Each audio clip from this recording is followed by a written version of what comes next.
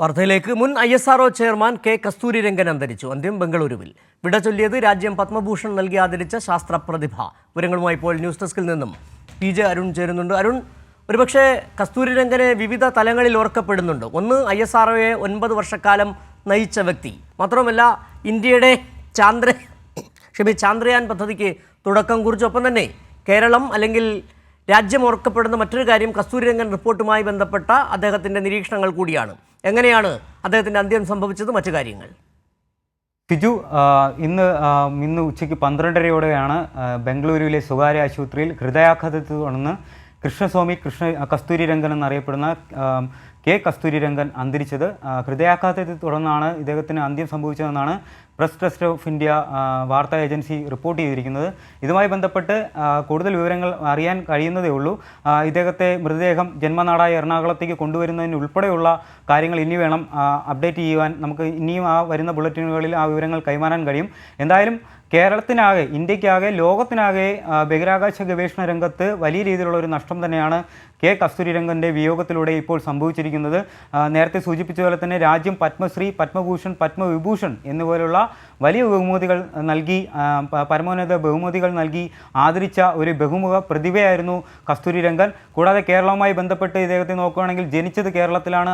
അതുപോലെ തന്നെ കേരളത്തിൻ്റെ പരിസ്ഥിതി വിഷയവുമായി എപ്പോൾ ചർച്ചകൾ ഉയർന്നു വരുമ്പോഴും കേൾക്കുന്ന ഒരു പേര് തന്നെയാണ് കെ കസ്തൂരിരംഗൻ. കാരണം മാധവ് ഗാഡ്ഗിലിൻ്റെ റിപ്പോർട്ട് വന്ന സമയത്ത് അതിൽ കേരളത്തിൽ ഉൾപ്പെടെയുള്ള പ്രതിപക്ഷ കക്ഷികളും അന്ന് ഭരണപക്ഷമായിരിക്കുന്ന പാർട്ടിയും എല്ലാം ഒരു വിയോജിപ്പ് പ്രകടിപ്പിക്കുകയുണ്ടായി. തുടർന്നാണ് കേന്ദ്ര സർക്കാർ കെ കസ്തൂരിരംഗൻ്റെ നേതൃത്വത്തിലുള്ള പുതിയൊരു കമ്മിറ്റിയെ നിയോഗിച്ചുകൊണ്ട് മാധവ് ഗാഡ്ഗിലിൻ്റെ റിപ്പോർട്ടുമായി ചേർന്ന് നിൽക്കുകയുണ്ടായും അതിൽ കുറേ കാര്യങ്ങളിൽ കസ്തൂരിരംഗൻ റിപ്പോർട്ട് വിയോജിപ്പ് രേഖപ്പെടുത്തുകയുണ്ടായി. പല പ്രദേശങ്ങളെയും പരിസ്ഥിതി ലോല പ്രദേശമായി 37%, കേരളത്തിലെ പശ്ചിമഘട്ടത്തിൻ്റെ 37% പ്രദേശങ്ങളും പരിസ്ഥിതി ലോല പ്രദേശമായി കസ്തൂരിരംഗൻ റിപ്പോർട്ടിൽ പരാമർശിക്കുകയുണ്ടായി. എന്തായാലും ആ റിപ്പോർട്ടിൻ്റെ പേരിൽ എന്തായാലും കസ്തൂരിരംഗൻ ഓർമ്മിക്കപ്പെടും.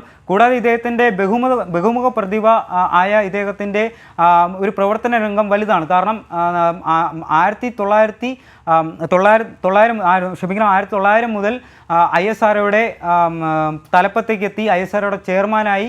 ആ ഒരു ചെയർമാനായിരിക്കുന്ന കാലയളവിലാണ് PSLV, polar satellite launching vehicle, GSLV പോലെയുള്ള ലോഞ്ചിങ് വെഹിക്കിളുടെ ഒരു ഗവേഷണത്തിന് ഇദ്ദേഹത്തിൻ്റെ നേതൃത്വത്തിലാണ് തുടക്കം കുറിച്ചത്. കൂടാതെ ചാന്ദ്രയാൻ 1 ദൗത്യവും തുടക്കം കുറിച്ചത് ഇദ്ദേഹത്തിൻ്റെ കാലയളവിലായിരുന്നു. അതുകൊണ്ട് തന്നെ കേരളത്തിനാകെ, പ്രത്യേകിച്ച് ഇന്ത്യയുടെ ബഹിരാകാശ ഗവേഷണ രംഗത്ത് നികത്താനാവാത്ത ഒരു നഷ്ടം തന്നെയായിരുന്നു ഇദ്ദേഹത്തിൻ്റെ ഒരു വിയോഗം. കാരണം ഈ ഒരു കാലയളവിൽ ISROയുടെ തലപ്പത്ത് നിന്ന് ഇദ്ദേഹം വിരമിക്കുമ്പോൾ പോലും ഇദ്ദേഹത്തിൻ്റെ പ്രവർത്തന രംഗം പിന്നെയും അദ്ദേഹം പ്രവർത്തന രംഗത്തുണ്ടായിരുന്നു, ബഹിരാകാശ ഗവേഷണ മേഖലയിലുണ്ടായിരുന്നു. കൂടാതെ ബാംഗ്ലൂർ തന്നെയാണ് അരുൺ. ഒരുപക്ഷെ അരുൺ പറഞ്ഞ പോലെ ബഹുമുഖ പ്രതിഭയായിരുന്നു. അദ്ദേഹത്തിൻ്റെ കൈവയ്ക്കാത്ത മേഖലകളിലായിരുന്നു. അതുകൊണ്ട് തന്നെയാണ് ബഹിരാകാശ ശാസ്ത്രജ്ഞൻ. അത് ചാന്ദ്രയാൻ പദ്ധതിക്ക് തുടക്കം കുറിക്കുന്നു. അതിനുശേഷം അദ്ദേഹം കേന്ദ്ര ആസൂത്രണ കമ്മീഷൻ അംഗമായിരുന്നു. അതിനെ തുടർന്നാണ് അദ്ദേഹത്തിന് ഈ കസ്തൂരിരംഗൻ റിപ്പോർട്ടുമായി ബന്ധപ്പെട്ട് കേന്ദ്ര സർക്കാർ പരിസ്ഥിതി ലോല പ്രദേശങ്ങളെക്കുറിച്ച് പഠിക്കാൻ നിയോഗിക്കുകയും ചെയ്തത്. വലിയ തരത്തിലുള്ള കാഴ്ചപ്പാടുകൾ ശാസ്ത്രമേഖലയിലായാലും പരിസ്ഥിതി മേഖലയിലായാലും ആസൂത്രണ മേഖലയിലും വലിയ കാഴ്ചപ്പാടുകളുള്ള മനുഷ്യൻ, മലയാളി കൂടിയായിരുന്നു കസ്തൂരിരംഗൻ.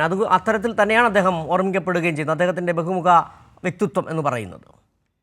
ബിജു, അങ്ങനെ തന്നെയാണ്.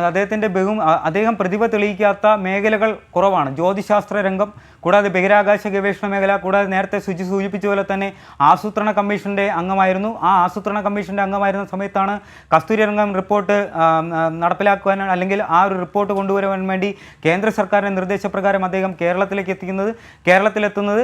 ഈ അദ്ദേഹത്തിൻ്റെ ആ ഒരു കാലയളവിൽ അന്ന് വന്ന റിപ്പോർട്ടിന്മേൽ പലതരം വിമർശനങ്ങളുണ്ടെങ്കിലും ജനങ്ങളോട് ചേർന്ന് നിന്ന ഒരു റിപ്പോർട്ട് അവതരിപ്പിച്ചു എന്ന തരത്തിൽ വേണം അദ്ദേഹത്തെ ഓർമ്മിക്കാൻ. കാരണം 37% പശ്ചിമഘട്ട മേഖലയെ പരിസ്ഥിതി ദുർബല പ്രദേശമായി അദ്ദേഹം തൻ്റെ റിപ്പോർട്ടിൽ പ്രഖ്യാപിക്കുമ്പോൾ പോലും അവിടെ കുടിയേറ്റക്കാരായിട്ടുണ്ട്.